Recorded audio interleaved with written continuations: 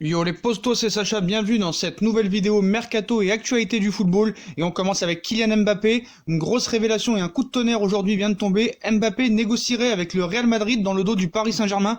Le Real Madrid affiche un visage particulièrement serein. Kylian Mbappé va rejoindre le club espagnol prochainement et ce, tout en douceur. L'avenir de Kylian Mbappé, c'est pour le moment le calendrier du Paris Saint-Germain avec notamment en ligne de mire le match retour face à Dortmund en Ligue des Champions, une nouvelle déconvenue européenne et ce même si le numéro 7 du Paris Saint-Germain pourrait avoir sa part de responsabilité, l'incitera probablement à aller voir ailleurs plutôt que prévu. Le Real Madrid est plus que prêt pour l'accueillir comme le décrypte l'équipe aujourd'hui. Financièrement, battre le record du plus gros transfert de l'histoire du football n'est pas un problème pour Florentino Pérez, qui a économisé ces dernières années pour cela et semble avoir compris qu'un chèque de 300 millions d'euros sera nécessaire pour faire craquer le Paris Saint-Germain. Au niveau de l'entourage du joueur, tout se passe déjà comme sur du velours, puisque le quotidien sportif explique que le clan Mbappé est régulièrement en contact avec le Real Madrid, avec même déjà quelques réunions pour faire le point sur ce dossier de temps en temps. Autant dire que le champion du monde prépare déjà son départ et n'est pas du tout dans l'optique de prolonger son contrat au PSG. Le Real a déjà tout prévu et le scénario est dévoilé. Une première tentative en douceur à l'été 2020, quand Nasser Al-Khelaifi sera encore en position de force, et si besoin, une attaque décisive en 2021, quand ce sera Kylian Mbappé et le Real Madrid qui auront la main, une stratégie bien rodée, déjà mise en place avec succès pour faire venir Eden Hazard de Chelsea, et à qui de grandes chances de marcher, sachant l'envie de Mbappé de rejoindre le club de Zinedine Zidane. On veut un petit peu faire comme on a fait avec Eden Hazard, c'est-à-dire le signer un an avant la fin de son contrat. Quoi qu'il en soit, l'équipe peut dire ce qu'il veut, mais si c'est vraiment vrai, Kylian Mbappé, c'est un manque de respect, encore une fois, envers le Paris Saint-Germain. Il ne faudra pas qu'il se plaigne que les supporters ne l'aiment pas et qu'ils préfèrent par exemple Cavani ou Marquinhos. En tout cas, quoi qu'il en soit, le Qatar et le Paris Saint-Germain restent sur ses positions. Il ne partira pas du Paris Saint-Germain, quoi qu'il arrive, avant la fin de son contrat. Beaucoup de choses peuvent changer dans les prochains mois. En plus, à ce qui paraît, comme on l'a interdit de faire les Jeux Olympiques cet été, il peut peut-être voir qu'il y a un manque de respect envers lui. En tout cas, c'est plutôt lui, en ce moment même, qui manque de respect au Paris Saint-Germain, et plutôt aussi sa famille qui parlerait avec le Real Madrid depuis déjà le printemps 2018, c'est-à-dire 8 mois après son arrivée au Paris Saint-Germain. Donc, on verra ce qui se passe, on verra ce qui est dit dans les prochaines semaines, mais c'est sûr qu'après le match contre le Borussia Dortmund, on en sachera beaucoup plus. En plus de ça, le Paris Saint-Germain refuse de libérer Neymar et Kylian Mbappé pour les Jeux Olympiques. Voulant participer aux prochains Jeux Olympiques avec la France, Kylian Mbappé voit son rêve être réduit à néant. Le Paris Saint-Germain ne souhaite pas le libérer pour la compétition et a décidé de maintenir la même position avec Neymar. Le natif de Bondy devra donc attendre au moins l'édition de 2024 à Paris pour espérer y participer. Depuis de longs mois, Kylian Mbappé a multiplié les appels du pied pour participer aux Jeux Olympiques avec l'équipe de France. L'attaquant tricolore de 21 ans qui a toujours fait de la participation à cette compétition un rêve, ambitionné de participer à l'édition 2024 qui se tiendrait à Paris, mais aussi celle de 2020 qui se tiendra à Tokyo. Demi-finaliste du dernier Euro Espoir, l'équipe de France avait ainsi obtenu son ticket pour la compétition. Évidemment, Kylian Mbappé en a profité pour se déclarer candidat. Avec la sélection, il me reste encore à remporter l'Euro, mais j'aimerais aussi disputer les Jeux Olympiques, déclarait-il à France Football en fin de saison dernière.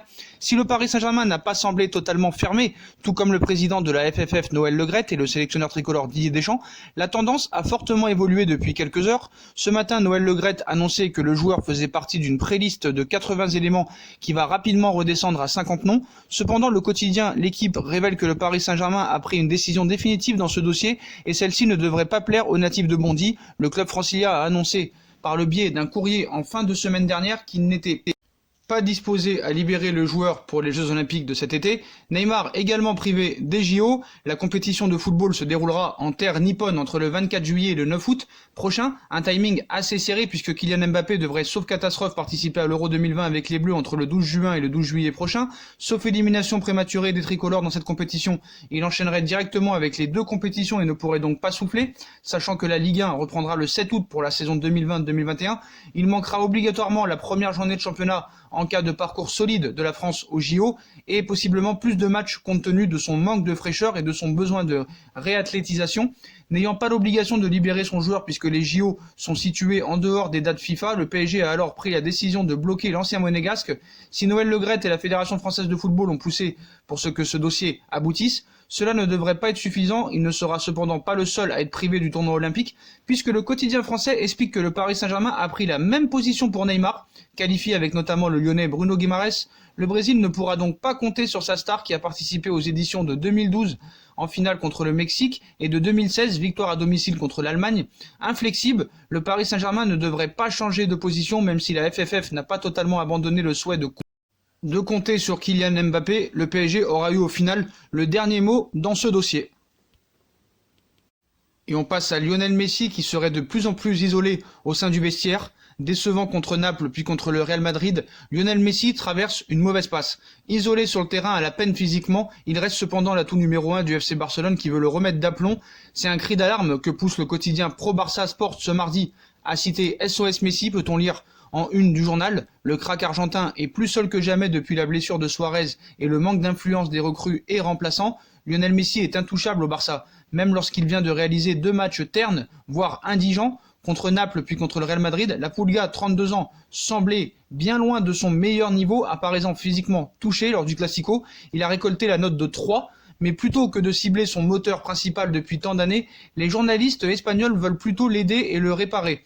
Et pour eux, plus que Messi, qui est quand même à 23 buts et 16 passes décisifs en 30 matchs joués cette saison, c'est bien ce qui l'entoure qui pose problème. Sport explique donc que le numéro 10 se sent isolé sur le terrain, surtout en l'absence de Luis Suarez, toujours absent pour cause de blessure. Son ami uruguayen lui manque sur et en dehors du terrain. Pas aidé par ses coéquipiers, sur le pré, Messi peine à développer une complicité technique avec les autres joueurs offensifs, Antoine Griezmann en premier lieu. Sans un numéro 9 qui fixe une défense comme Suarez, il doit changer son jeu et ses différentes actions face au Real Madrid ont prouvé qu'il n'était pas particulièrement à l'aise. D'un côté, les autres joueurs donnent l'impression de tout faire pour le contenter, de l'autre, Messi apparaît déstabilisé par l'équipe actuelle. La presse pro-Barça a choisi son camp et préfère donc souligner le manque d'apport des recrues de Griezmann, de Jong, pour expliquer la mauvaise passe de Messi, qui avait tout de même inscrit un quadruplé contre Eibar le 22 février, et Sport va plus loin en expliquant que le Barça va tenter de rebâtir une équipe pour mieux épauler Messi, en lui donnant ce qu'il désire. Neymar est en tout cas cité, tout comme l'arrivée d'un milieu de terrain, d'un autre attaquant et de 2 défenseurs.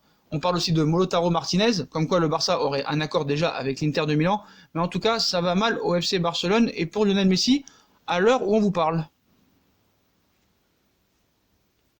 On repasse au Paris Saint-Germain. Leonardo aurait fait une première offre pour Donnarumma. Dès son retour au PSG, Leonardo a tenté d'arracher Gianluigi Donnarumma au Milan AC et visiblement le directeur sportif ne lâcherait rien pour l'Italien. L'été dernier, le PSG a résolu ses problèmes de gardien en recrutant Keylor Navas en provenance du Real Madrid. Le Costa-Ricain a ramené une certaine sérénité dans les cages, mais le dossier des gardiens serait loin d'être refermé pour Leonardo. En effet, ces derniers jours, certaines rumeurs ont notamment fait écho d'un intérêt pour le portier de Chelsea, Kepa. Un nouveau gardien pourrait donc débarquer au Paris Saint-Germain cet été et c'est un chouchou de Leonardo bien connu du club de la capitale qui pourrait être l'heureux élu. Le PSG s'attaque officiellement encore une fois à Gianluigi Donnarumma qui est souvent revenu au PSG ces derniers mois, le nom, mais l'Italien n'a finalement jamais quitté le Milan AC. Toutefois, cette fois pourrait bien être la bonne pour Leonardo. D'ailleurs, selon les informations de Nicolo Sciella, le directeur sportif parisien aurait fait un premier pas très important pour le gardien italien. Des premiers contacts auraient ainsi été entamés avec Mino Raiola, agent de Donnarumma, des discussions durant lesquelles il aurait été question d'un contrat à 8 millions d'euros par an pour le joueur du Milan AC. Reste à savoir, à 1 an de la fin de son contrat, si le Milan AC va réussir à le prolonger. Donnarumma ne veut pas prolonger au Milan AC, donc Leonardo pourrait vraiment avoir un coup à jouer à moindre coût, puisque je pense pas que le Milan AC aura la possibilité de le faire partir à 60 millions d'euros à la fin de son contrat. On verra bien ce qui se passe cet été. En tout cas, le Paris Saint-Germain s'attaque bien à Donnarumma et ne lâchera pas le gardien cet été.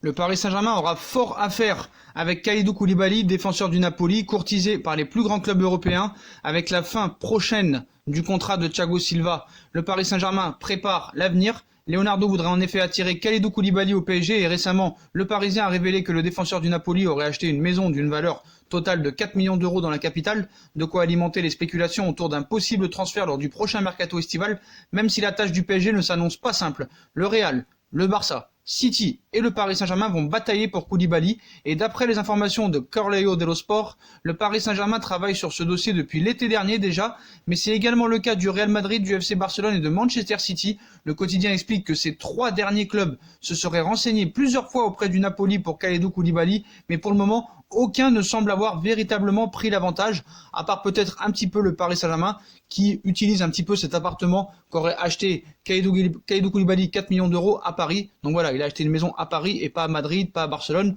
ou pas à Manchester. Donc vraiment, ça va être le feuilleton de l'été pour Kalidou Koulibaly. N'oublions pas que le Napoli demande minimum 100 millions d'euros. Après, c'est peut-être pour faire monter les enchères. En tout cas, ça va être vraiment un gros dossier, mais je ne pense pas qu'aucun club mettra 100 millions d'euros sur Kalidou Koulibaly, surtout à l'âge de 28 ans et surtout la saison pas très exceptionnelle qu'il est en train de faire avec le Napoli et surtout sa blessure actuelle. Voilà les postos, voilà pour toutes les infos mercato et actualité du football. Comme d'habitude, dites-moi en commentaire ce que vous en pensez. Puis si on a kiffé la vidéo, on like, on partage, on commente, on s'abonne, on active la petite cloche pour les notifications. On nous rejoint sur nos différents réseaux sociaux, Instagram, Facebook, Snapchat, Twitter, qui sont en bas de la page en description, ainsi que sur Utip si vous voulez aider à faire évoluer la chaîne en regardant les pubs gratuitement ou en faisant un petit don. Voilà les postos, je vous souhaite à tous une très bonne vidéo et à très vite pour une nouvelle vidéo les postos. Tchuss.